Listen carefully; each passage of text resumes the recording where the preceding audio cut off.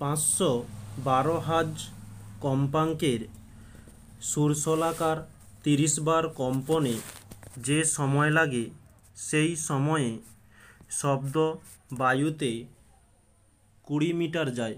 শব্দের বেগ এবং তরঙ্গ দৈর্ঘ্য কত? তো আমাদের প্রশ্নের মধ্যে সুরশলাকার কম্পাঙ্ক দেওয়া হয়েছে। সুরশলাকার কম্পাঙ্ক এন দ্বারা চিহ্নিত করি 512 হার্জ। ওকে, এর অর্থ কি? যে এর অর্থ হলো 512 বার পূর্ণ কম্পনের সময়, পূর্ণ কম্পনের জন্য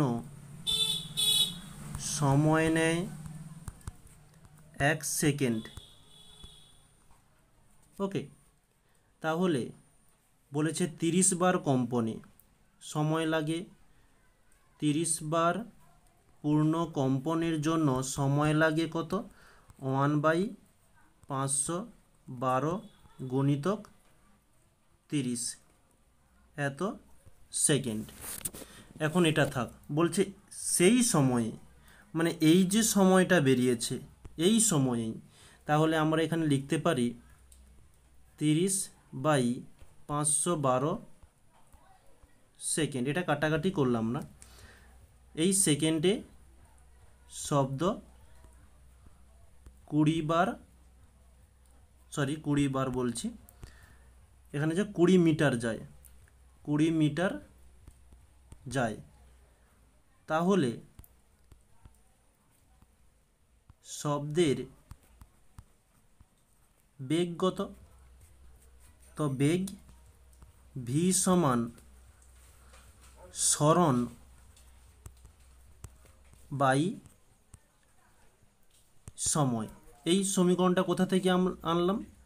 আমরা আগে যে বল ও গতি চ্যাপ্টারে জেনে এসেছি যে সরণ সমান বেগ ইন্টু সময়। এই সমীকরণ থেকে বেগ সমান সরণ বাই সময় সূত্রটি এসেছে।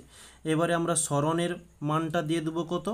20 মিটার, এবং সময়ের মানটা দিয়ে দেবো 30/512। তো এটা আমরা নেক্সট স্লাইডে করি। যে বেগ ভি সমান সরণ হয়েছিল 20 মিটার, মিটারের এমটা তুলে দিলাম, ওটা এককগুলো লিখছি না। আর সেকেন্ড লেগেছে কত? যে 30/512। এই 512কে এখানে না লিখে একেবারে উপরে তুলে দিই 512।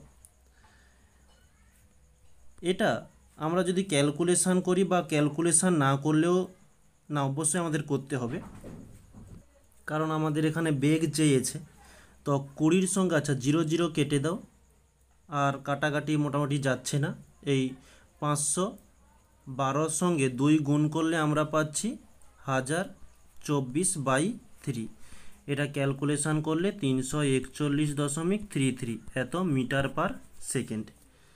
এটা হচ্ছে বেগ চেয়েছিল, বেগ বেরিয়ে গেছে। এরপরে শব্দের তরঙ্গ দৈর্ঘ্য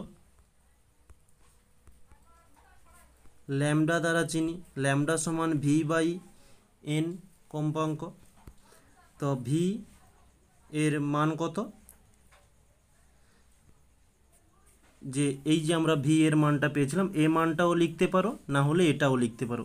তো এটা লিখলে, এই দশমিক দেওয়াটা লিখলে পুনরায় ফিরে এটাই আসবে, তাই আমরা একেবারে এই 1024/3 লিখছি। ওকে, তাহলে এখানে লিখতে পারি 1024/3 ইন্টু এন, যেমন নিচে ছিল। তো এন এর মান কত? আমরা একেবারে প্রথমে লিখেছিলাম এন সমান 512, তো এখানে লিখলাম 512। এখন এটা কাটাকাটি করব। তো কাটাকাটি করলে 512কে দিয়ে 2-এ চলে যাচ্ছে, 512 ইন্টু 2 করলে 1024। তো এই 2কে 3 দিয়ে ভাগ করলে পাচ্ছি 0.666 করে চলে যাচ্ছে। তো একে আমরা 0.67 করে প্রায় লিখে দিই। প্রায়। এটি হচ্ছে আমাদের অ্যান্সার।